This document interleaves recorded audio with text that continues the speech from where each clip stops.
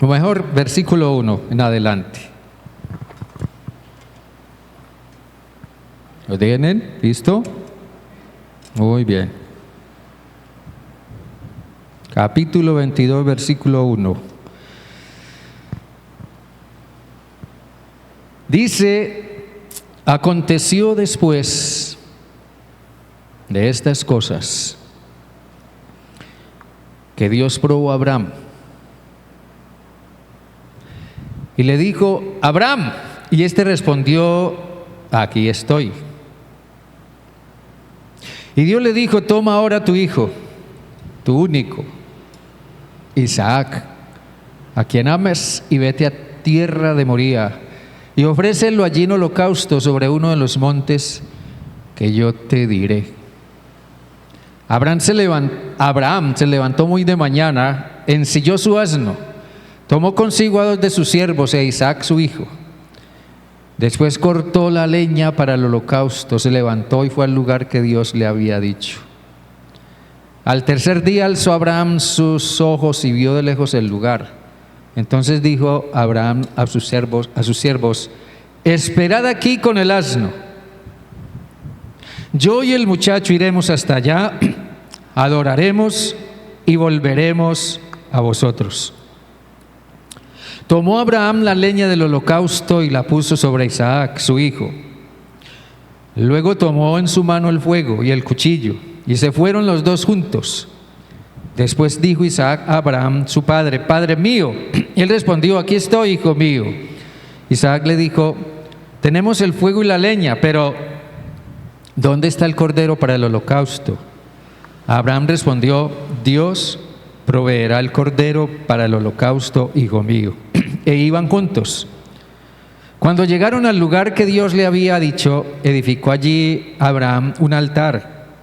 Compuso la leña, ató a Isaac, su hijo, y lo puso en el altar sobre la leña. Extendió luego Abraham su mano y tomó el cuchillo para degollar a su hijo. Entonces el ángel de Jehová lo llamó desde el cielo: Abraham, Abraham. Y él respondió: aquí estoy. El ángel le dijo: no extiendas tu mano sobre el muchacho ni le hagas nada, pues ya sé que temes a Dios, por cuanto no me rehusaste a tu hijo, tu único hijo. Amén. Dios bueno, aquí estamos esta mañana de nuevo ante tu palabra. Siempre, Señor, con la convicción de que tu palabra siempre tiene algo que decirnos, tiene algo que hablarnos a cada uno de nosotros. Por eso estamos aquí, por eso abrimos la Biblia cada vez para ver qué nos dice, en lo personal, como también en este culto que celebramos cada semana. Creemos que tu palabra para nosotros es fuente de vida, pero también es luz para guiar nuestros pasos. Señor Dios, el asunto es que nosotros sepamos ajustarnos, acogernos a tu palabra y hacer cada día más y más y crecer en ella como ella nos dice. Señor Dios, gracias por tener para nosotros un propósito tan alto y por querer hacer de nuestras vidas algo cada vez más excelente, que te honre y que te exalte, que nos traiga gozo y verdadera alegría. Ministra tu palabra a nuestros corazones, Padre, por tu Santo Espíritu. Te lo ruego en el nombre de Jesús, hoy y por siempre. Amén, Señor, y amén. Esta puede ser una de las narrativas más controvertidas que nosotros encontramos en la Biblia, entre otras.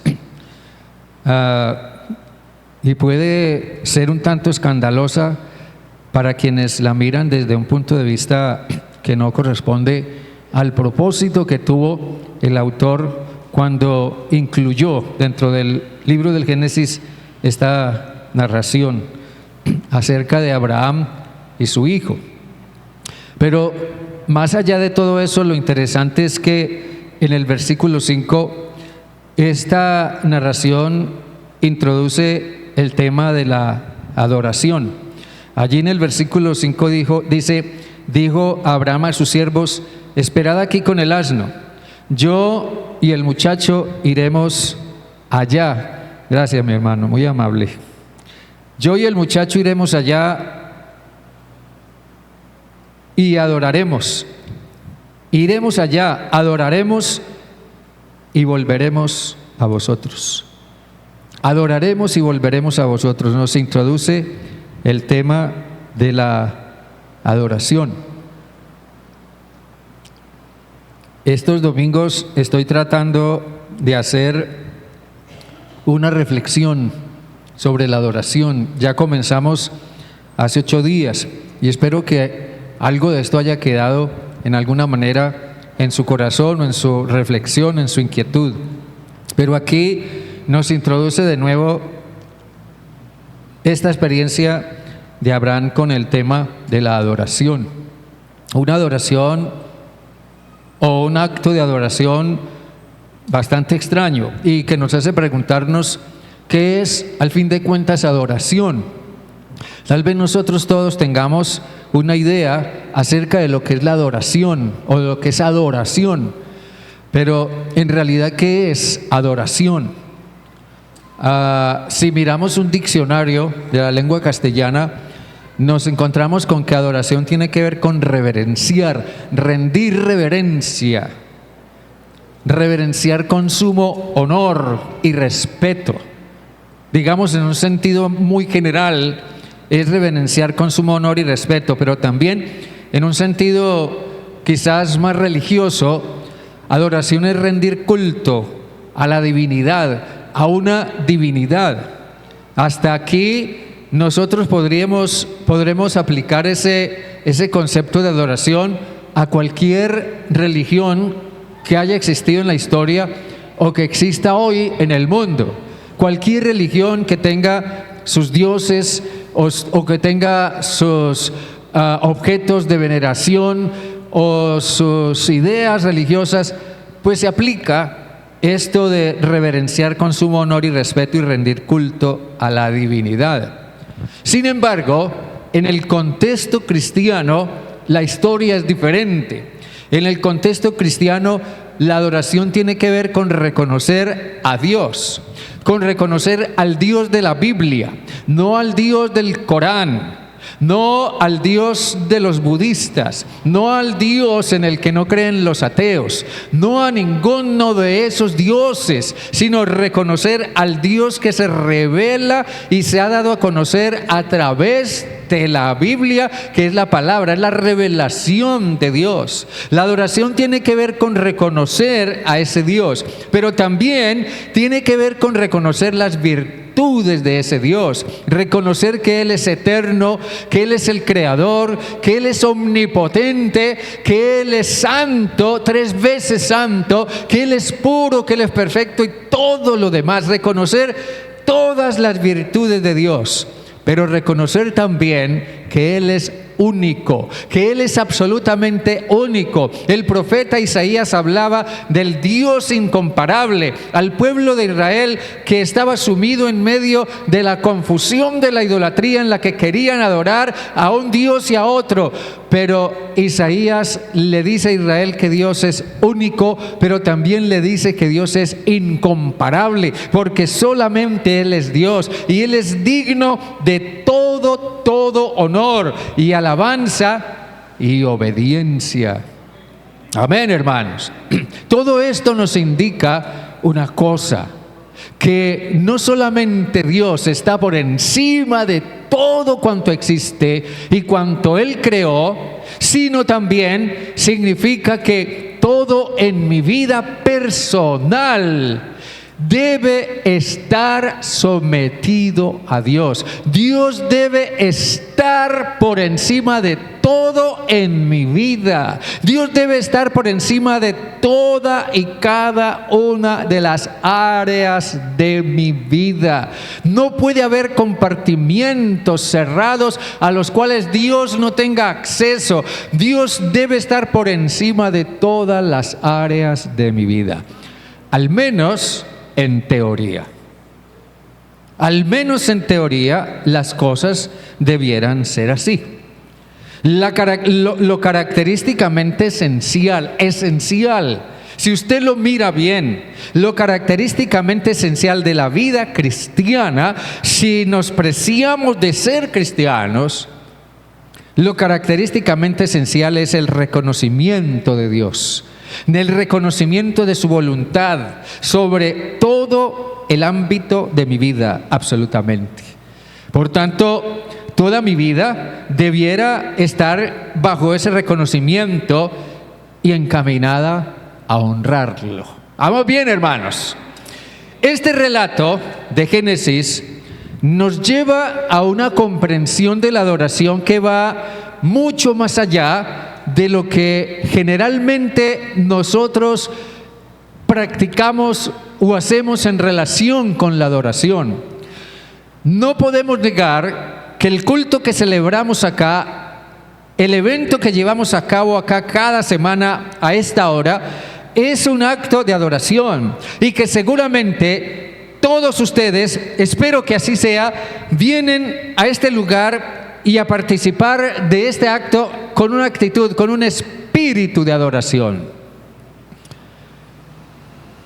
Pero la verdad es que si consideramos lo que es la adoración en la forma como nos lo presenta este relato, comenzamos a ver que esta va más allá de meramente participar de un acto religioso o de un acto espiritual o de un acto de fe. Va mucho más allá. Aquí Abraham acude a rendirle culto a Dios. Si usted mira bien, Abraham se levantó de madrugada. Abraham madrugó porque tenía afán de llegar al culto. Tenía afán de llegar al lugar que Dios le indicó, a donde Dios lo llamó. Abraham acude a rendirle culto a Dios. Sin embargo, lo que nos conmueve es que ese acto de culto de Abraham es un acto completamente fuera de lo común, porque es un acto de culto que implica un severo sacrificio. Un severo sacrificio. Toma a tu hijo, le dijo Dios, toma a tu hijo, tu único, a quien amas, y ofrécemelo en sacrificio. Eso es una severa exigencia. Y nos hace ver que adorar es desprenderse de algo. Adorar es tomar decisiones éticas. Y adorar es hacer serios ajustes morales.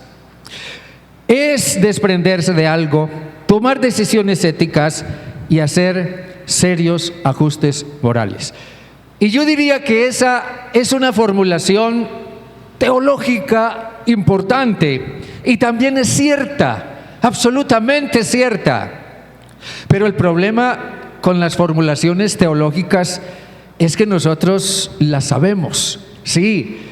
Aunque usted no sea teólogo o teóloga, digamos, profesional o instruido en la teología, usted tiene convicciones teológicas. Usted cree en formulaciones teológicas que son serias y verdaderas. Pero el problema es que, aunque las conocemos, no siempre las practicamos. Entonces, las formulaciones teológicas se quedan en la teoría. Pero Abraham nos hace ver que lo que Jehová exigió de él, y ojo con esto, lo que Dios exigió de él era un acto de adoración que lo obligó a poner a Dios por encima de todo y de todos. Amén, hermanos. Dios le exigió a Abraham un acto de adoración que lo obligó a poner a Dios por encima de todo y de todos. Yo quiero que piense conmigo en estas preguntas. Piense conmigo en estas preguntas. ¿Hay alguna relación entre la espiritualidad cristiana y la vida cristiana y la vida cotidiana? Ojo, ¿hay alguna relación entre la espiritualidad cristiana y la vida cotidiana? ¿Hago alguna conexión de las decisiones que tomo o el estilo de vida que llevo o algunas cosas que practico con mi fe?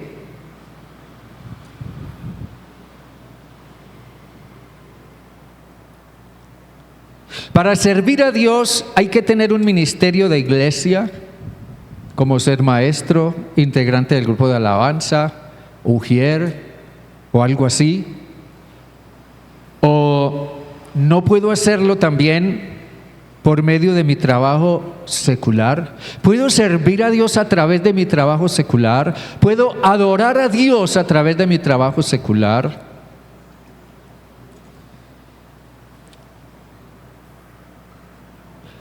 ¿Vivo por vivir o premeditadamente para glorificar a Dios? ¿De veras en algún momento digo, voy a hacer esto o aquello o lo otro para la honra y la gloria del Señor, porque reconozco que Él está por encima de todo en mi vida? Y mire esta última pregunta: ¿qué relación hay al fin de cuentas entre la adoración y la vida cotidiana? Entre la adoración que rendimos a Dios generalmente en este lugar o cuando nos reunimos y la vida que después de salir de aquí continúo llevando en mi cotidianidad. ¿Qué relación hay entre una cosa y la otra? Cada una de estas preguntas nos daría a nosotros para realizar un congreso, un foro, yo no sé qué.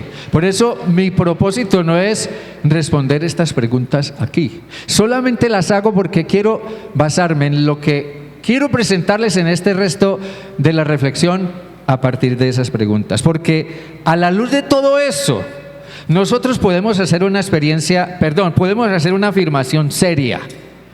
Una afirmación seria. La experiencia de Abraham, porque Abraham tuvo una experiencia con la adoración, una experiencia viva con la adoración, un encuentro con un tipo de adoración que él no se esperaba. La experiencia de Abraham nos enseña que la adoración implica saber poner a Dios por encima y antes de todo en toda circunstancia. Ojo. Saber poner a Dios por encima y antes de todo en toda circunstancia. Por eso, ya lo mencionamos hace un momento, pero quiero ampliar aquí el primer aspecto, y es que la adoración, por tanto, es un llamado a desprendernos. Desprendernos. Es un llamado a desprendernos. Muchos de nosotros, o quizás todos, sabemos lo que cuesta desprenderse de algo que amamos, de alguien a quien amamos, y sobre todo de algo o alguien a quien hemos estado aferrados toda la vida.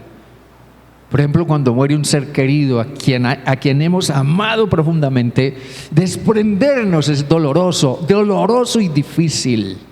Y a veces lleva mucho, quizás todo el resto de nuestra vida, luchando por desprendernos. Abraham fue puesto a prueba en su fe.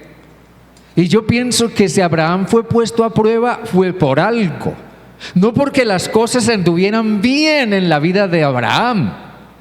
Yo pienso, por lo que entiendo y lo que he vivido, que cuando Dios permite pruebas en nuestra vida, es porque hay cosas que necesitamos ajustar, hay cosas que necesitamos aprender, hay cosas que necesitamos corregir delante de Dios.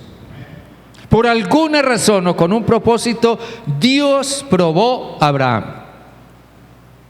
El apóstol Santiago decía: tengan mucho gozo cuando se hallen en medio de diversas pruebas. Y decía él, sabiendo que la prueba está encaminada a ayudarnos a aprender la paciencia. Así que siempre las pruebas están encaminadas a hacer que nosotros aprendamos algo, que comprendamos algo, que corrijamos algo. Y aquí las cosas se presentan en un nivel sumamente personal, porque es un asunto entre Dios y Abraham, no es un asunto comunitario. La adoración puede ser comunitaria como aquí y ahora, y eso es magnífico y edificante, pero otra cosa es la adoración en un sentido personal íntimo entre Dios y yo. Es un asunto en el que, es un momento en el que Dios me habla y yo como Abraham digo: Dios, aquí estoy, heme aquí, quiero escucharte. Entonces comenzamos a ver que la adoración es comenzamos a ver que la adoración es personal, profundamente personal. Permítanme verlo de esta manera. Si Dios probó a Abraham, esta es una reflexión que yo hago, si Dios probó a Abraham es porque algo sucedió en su vida, o algo estaba sucediendo en su vida, algo estaba sucediendo con él.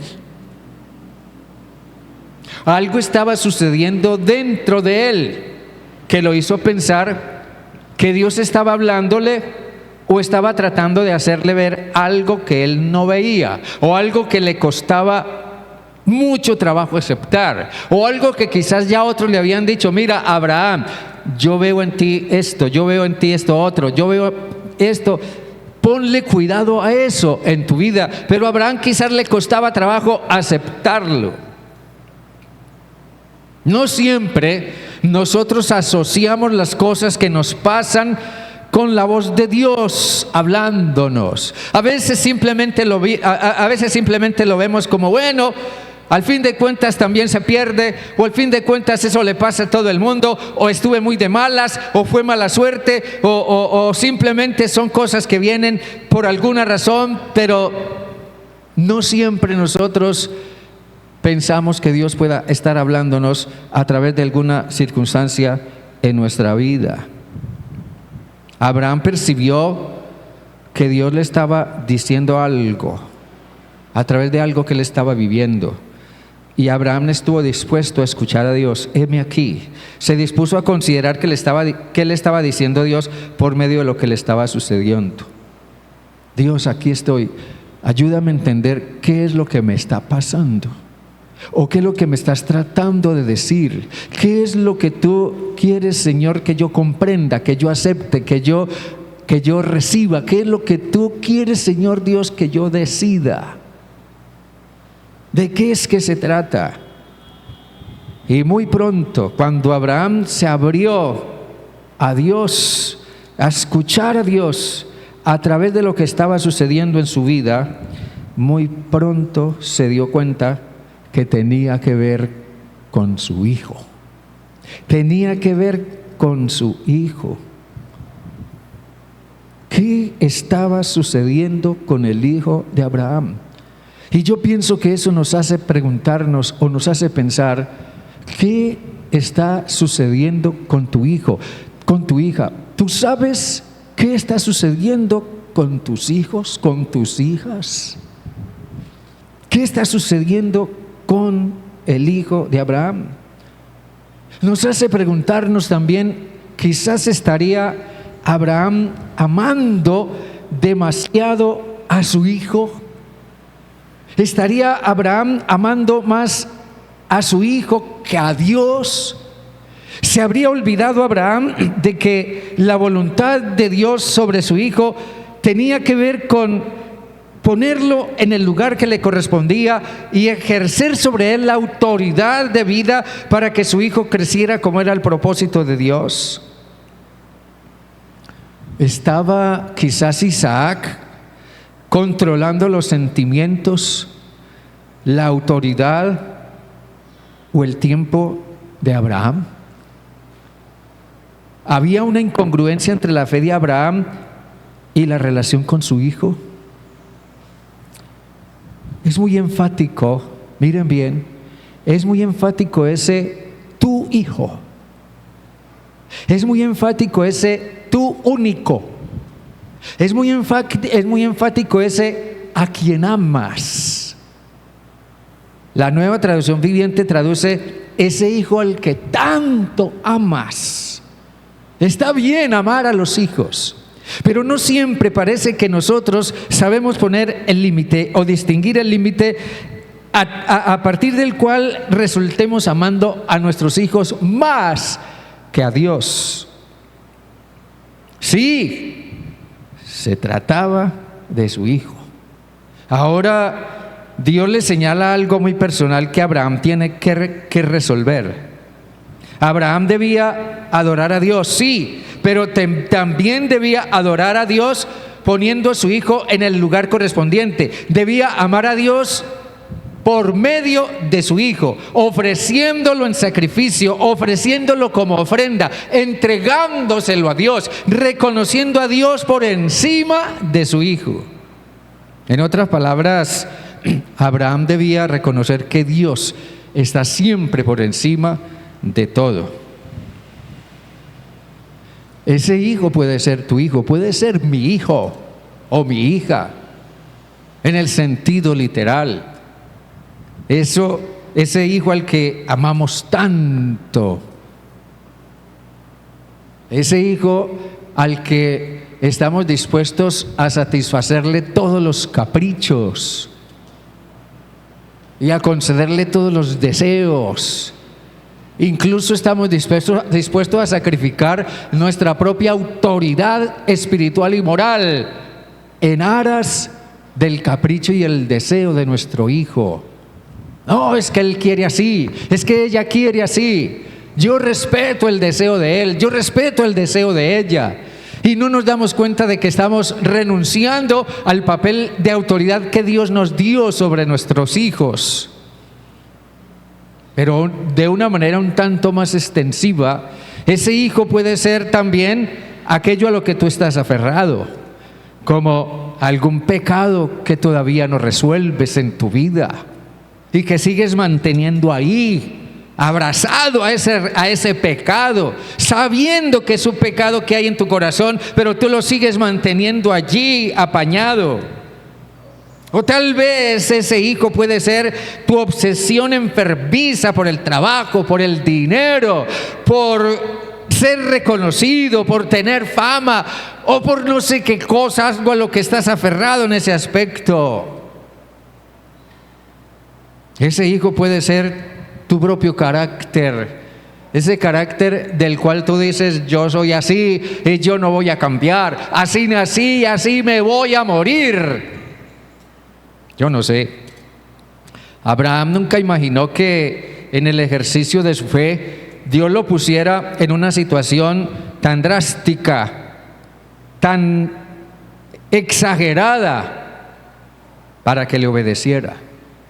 Abraham experimentó la realidad de la relación entre la adoración y la obediencia, y allí fue donde sobrevino la crisis al corazón de Abraham. Hay una relación entre adorar y obedecer, y Abraham se vio en la experiencia también de ver la relación entre la congruencia que hay, de la congruencia que hay entre lo que se cree y lo que se vive. El lugar de adoración es relativo. Podemos adorar aquí, tú puedes adorar en tu casa, en tu habitación. Adoramos a Dios por 2 o 3 segundos cuando nos sentamos a la mesa y le decimos a Dios: gracias por este alimento que nos das hoy. Sí, el lugar de adoración es muy relativo, puede estar en cualquier parte, en medio de cualquier circunstancia.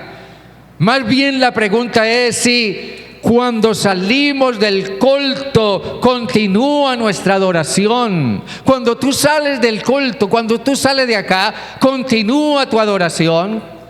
O preguntarnos: ¿abarca mi adoración el poner en orden las cosas que no están bien en mi vida?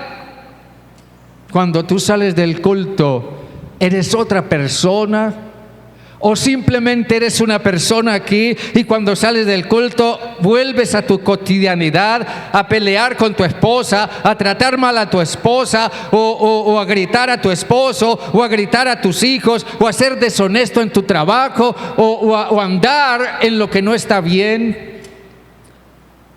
Sea como fuere, yo les digo, mis hermanos y hermanas, esta mañana, Dios continuará exigiéndonos adoración en todo el ámbito de nuestra cotidianidad. O sea, si entendemos lo que es adorar, entonces toda circunstancia nos pondrá en el conflicto de poner a Dios por encima de todo y en primer lugar. Nos veremos ante situaciones en las que tendremos que decidir, no, aquí primero Dios. Primero Dios que mi hijo o que mi hija. Primero Dios que mi esposa o que mi esposo. Primero Dios que mi trabajo. Primero Dios que mi dinero. Primero Dios, y obedecer a Dios. Antes obedecer a Dios que ser una persona deshonesta o andar en algo que moralmente no agrada a Dios. Por tanto, entonces, si bien la adoración es un llamado a desprendernos, la adoración también es un acto de obediencia. La adoración es un acto de obediencia. Aquí se plantea una demanda sumamente grande, muy grande. Toma ahora a tu hijo y ofrécelo en holocausto. Eso es algo muy grande, difícil. No podría ser para menos viniendo de Dios. Yo pienso que Dios no puede exigirnos menos de lo que Él es. Y aquí tuvo que presentarse o haberse presentado una crisis. Ese hijo era el cumplimiento de la promesa. Y era lo que Abraham y su esposa habían anhelado por mucho tiempo. Y ya prácticamente en su vejez, de una manera milagrosa, sobrenatural, fue que Sara quedó embarazada y luego dio a luz a Isaac, el hijo prometido de Dios a esta pareja. Así que, ¿cómo es posible que Dios ahora les venga a pedir que se lo ofrezcan en holocausto cuando ese era el cumplimiento de la promesa largamente esperada? Pero el problema es que ese hijo había llegado a ocupar un lugar indebido en el corazón y en la vida de Abraham. Yo me pregunto hasta dónde hemos evaluado qué cosas pueden estar ocupando el lugar de Dios en nuestro corazón. Empezando por tus hijos, por tus hijas, por mis hijos, por mis hijas. O tal vez tu patrón que te exige trabajar largas horas o que te ofrece horas extras y tú estás dispuesto a tomarlas sacrificando algo que pudieras más bien hacer para Dios.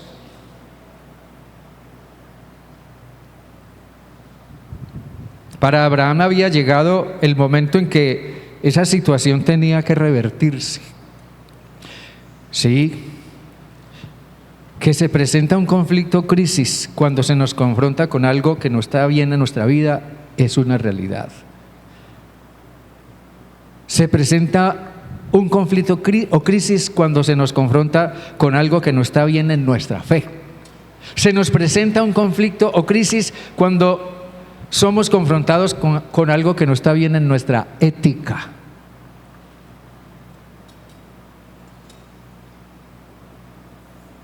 Nosotros vivimos en un mundo en el que, por la gracia de Dios, todavía existe algo de legalidad en muchas cosas. Todavía existe una ley civil que respetar. Y yo a veces pienso y me pregunto, ¿está bien que yo utilice un transporte pirata que es ilegal en lugar de utilizar un transporte que es legalmente reconocido?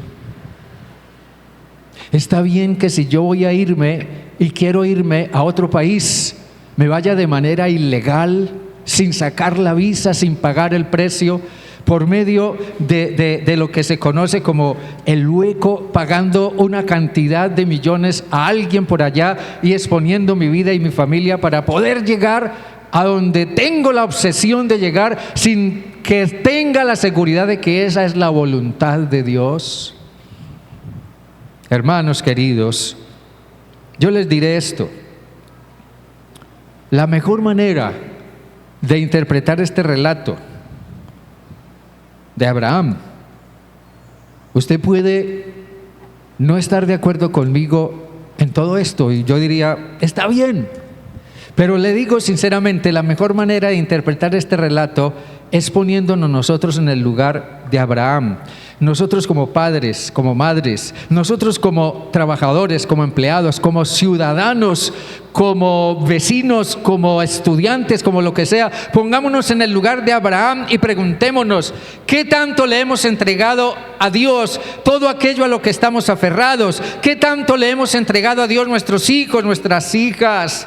¿Qué tanto hemos tenido nosotros el valor y la autoridad de decirle a nuestro hijo y a nuestra hija: no voy a hacer como tú quieres, tú verás qué vas a hacer, pero yo voy a actuar sobre ti conforme a la autoridad de Dios, conforme a lo que Dios me manda en su palabra? Si tu hijo o tu hija quiere vestirse de determinada manera y a ti no te parece que ella o él haga eso, entonces tú estás en la autoridad de decirle: yo no estoy de acuerdo con lo que estás haciendo y no pienses que vas a manipularme. Yo voy a obedecer a Dios y no voy a aprobar lo que tú haces. Si tu hijo o tu hija presenta tendencias a una disfunción sexual y quiere que tú le reconozcas lo que el mundo ha tratado de sembrar en él o en ella, tú vas a decirle: yo sigo amándote como mi hijo, como mi hija, pero no puedo aprobar esa orientación sexual que tienes porque va en contra de la voluntad de Dios. ¿Hasta dónde le hemos entregado a Dios nuestro trabajo? Al punto de que podamos decir: yo estoy dispuesto a trabajar honrada y honestamente, pero no quiero sacrificar mi relación con Dios en aras de mi trabajo o de mis turnos de trabajo. ¿Hasta dónde estamos haciendo la voluntad de Dios en todo eso? ¿Hasta dónde estamos haciendo la voluntad de Dios? Y vuelvo y subrayo: con nuestros hijos o nuestras hijas. Y hasta dónde nuestros hijos están haciendo la voluntad de ellos con nosotros. Y aún así, nosotros venimos y queremos adorar a Dios con todas esas incongruencias en nuestra vida. Y no nos preguntamos: ¿qué tan aceptable está siendo mi adoración a Dios? Hermanos queridos, por tanto, la adoración, al fin de cuentas, es un factor de cambio. La adoración es un factor de cambio. Sí, todo eso puede estar hecho un caos en mi vida. Yo no sé qué cosas estén viniendo a su mente, a su reflexión en este momento. No sé cómo esté su vida personal íntima, su relación con sus hijos, su relación con su esposo, con su esposa, con su trabajo, con su dinero, con lo que sea. No sé qué esté viniendo a su mente, qué le esté trayendo el Espíritu Santo a su mente, a su corazón. No sé, pero sí quiero decirle que si usted encuentra que su vida está hecha un caos, mientras usted trata de adorar a Dios aquí, allá en su cotidianidad, su vida es un caos, entonces créame que la adoración verdadera que Dios exige de usted, como lo hizo con Abraham, será un factor de cambio. Es posible adorar, sí. Es posible adorar y no cambiar. Es posible adorar y seguir siendo el mismo. Es posible adorar y continuar permitiendo, continuar abrazando las cosas que sabemos que no están bien en nuestra vida, pero que nosotros nos hemos acostumbrado a tenerlas ahí y hemos aprendido a justificarnos a nosotros mismos. Sí, es posible adorar y no cambiar. Pero la pregunta que debiéramos hacernos de verdad es: ¿qué tanto está aceptando Dios nuestra adoración? La adoración es un encuentro. Es un encuentro con Dios en el que las cosas que no están bien se tienen que poner en orden. La adoración es un encuentro con Dios, un encuentro en el que Dios nos interpela de una manera personal, de una manera íntima, en un momento muy íntimo. Abraham dijo a sus siervos: quédense aquí, y yo y mi hijo iremos hasta ese lugar y adoraremos.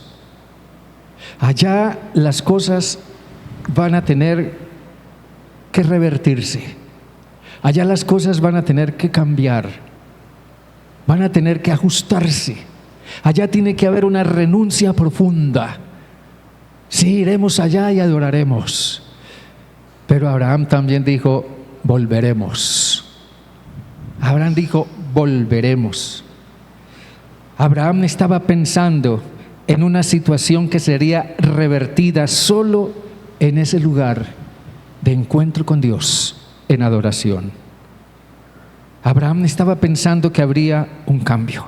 No puedo ir allá y adorar y volver aquí siendo el mismo. No, cuando vuelva, no seré el mismo. Y las cosas no seguirán siendo lo mismo. Y las cosas que antes estaban no estarán ya como lo mismo. Hay un coro muy antiguo que decía: la alabanza a Dios cambia las cosas. Sí, eso es cierto, porque cuando se reconoce la voluntad suprema de Dios, cuando se le da el primer lugar, cuando se le coloca por encima de todo en nuestra vida, las cosas cambian. El apóstol Pablo decía: yo les ruego por la misericordia de Dios que presenten su cuerpo en sacrificio vivo, santo y agradable a Dios, y no se conformen a este mundo, sino transfórmense por medio de la renovación de su pensamiento, de su entendimiento, para que puedan comprender la buena voluntad de Dios, agradable y perfecta. Mi hermano, mi hermana, mi amigo, mi amiga, que vienes a este culto para adorar a Dios y seguro vienes con una muy noble y sincera intención de adorar a Dios, y gloria a Dios por eso. Pero yo te pregunto: ¿quién eres? ¿Quién eres cuando vuelves a tu casa? ¿Quién eres cuando vuelves a tu trabajo? ¿Quién eres cuando vuelves a tu colegio? ¿Quién eres cuando vuelves a tu cotidianidad? Nuestra adoración no concluye cuando salimos del templo, cuando salimos del culto. Cuando decimos aquí nuestro culto ha terminado, es mentira. Nuestra adoración no concluye cuando salimos de acá. Al contrario, apenas debiera comenzar. ¿Ha pensado usted en que Jesús insistió que Él es rey? Él es rey.